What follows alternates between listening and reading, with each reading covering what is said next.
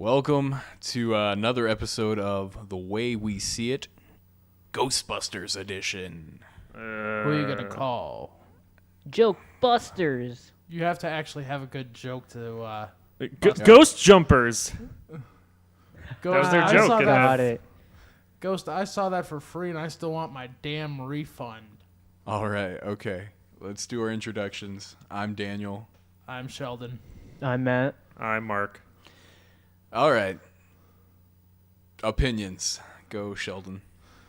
Oh, thank you for opening that up to me. Yeah, like I said, we just went and saw it for free, and I still want my damn refund.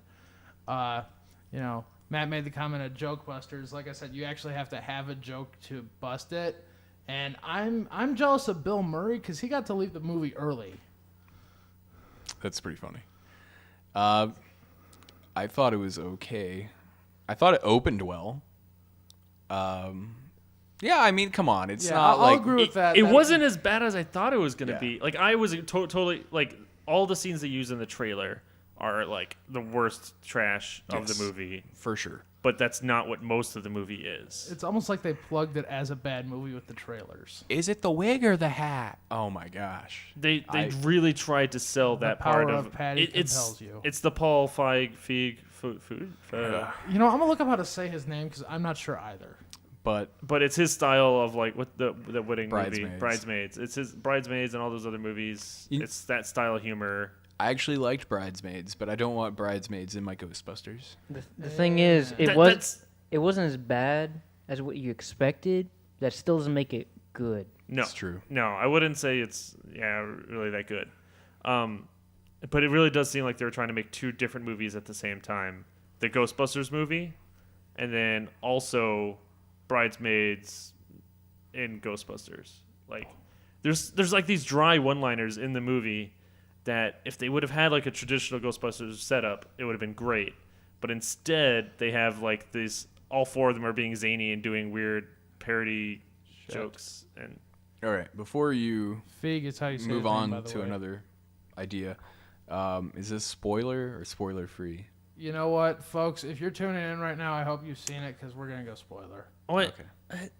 there's not like big plot points that There's are a not. surprise. No, I just want to make sure. Like, if None you- of it's a hidden plot. There's not any investigation. There's like one scene for investigation, and it's like, oh, and then the plot, and that's it. So The if plot just you kinda happened. if you are listening and you don't want it spoiled for you, Go listen to something else.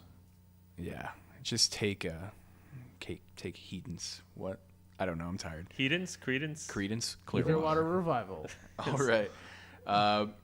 Yeah, I thought it was going to be worse than it was, but I mean, it was still bad. It was boring. I think by the halfway mark, I was like, when is this over?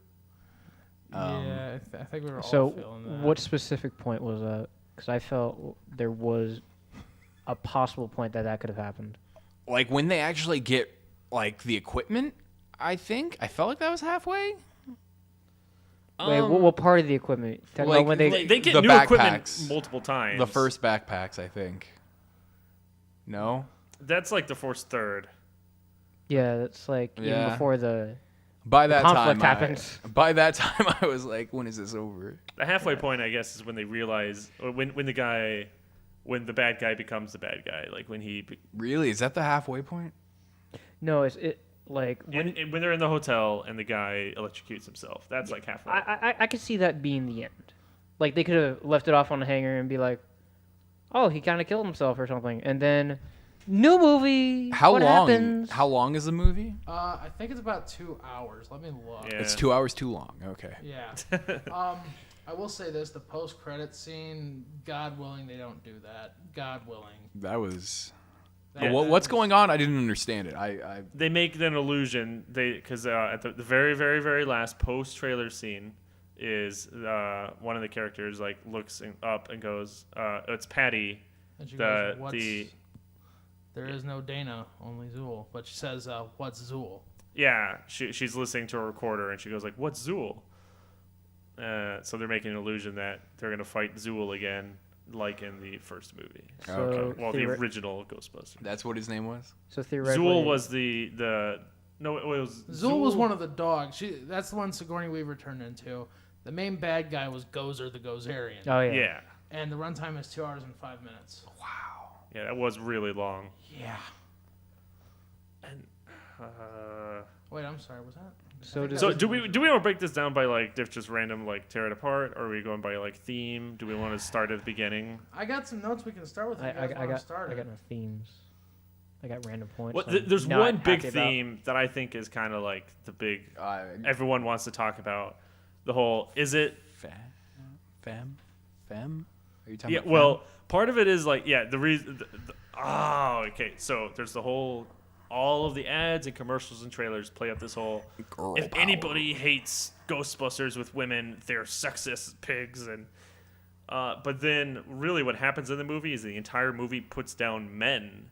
Like it's this really like if it's hard to say that it's an anti-sexist movie while you're the entire time they put men in these very obvious.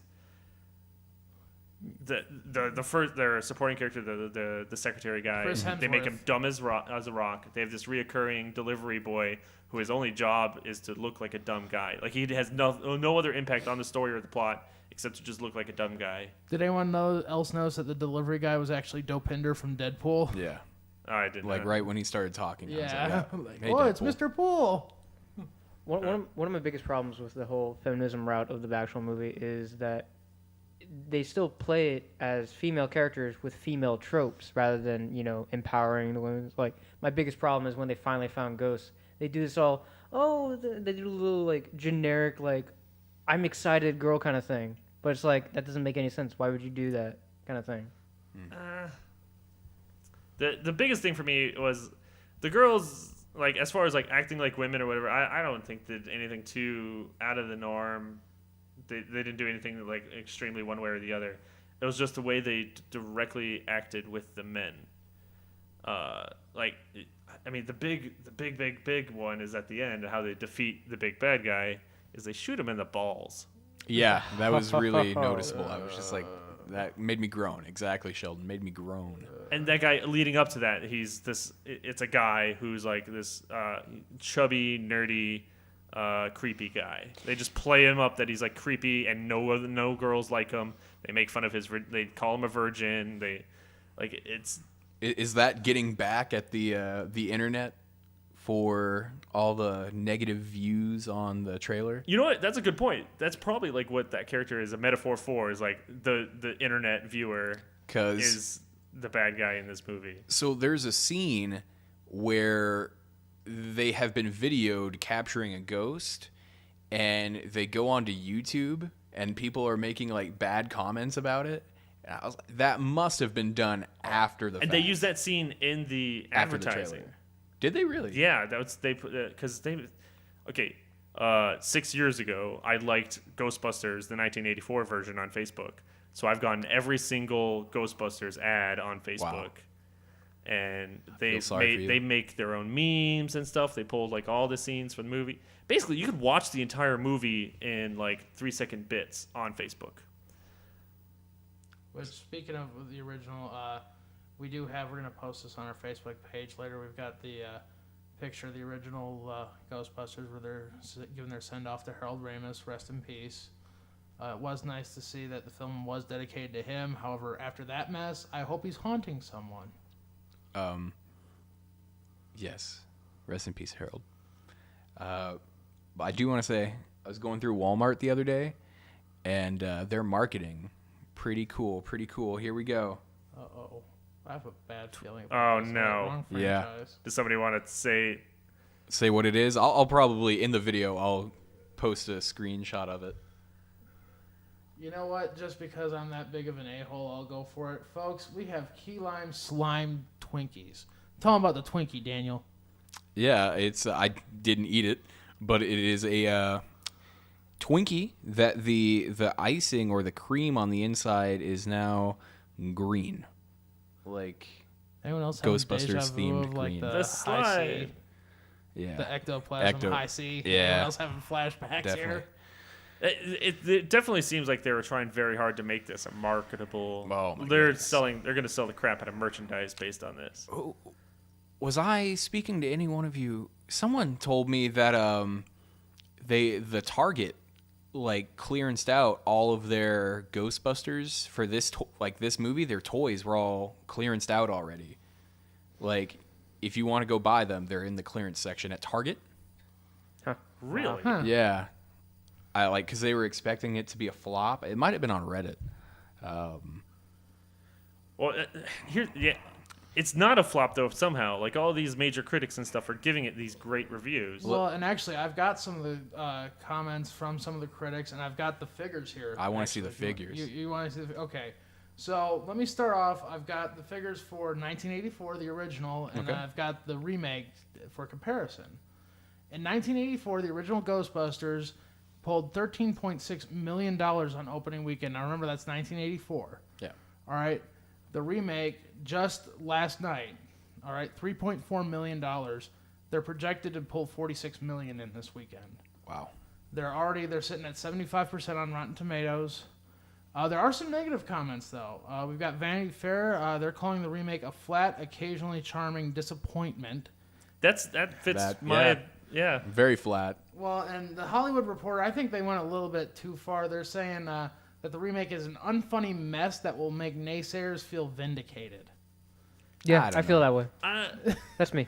I want a refund, and I think that's going too far. I feel like it's more not just disappointment.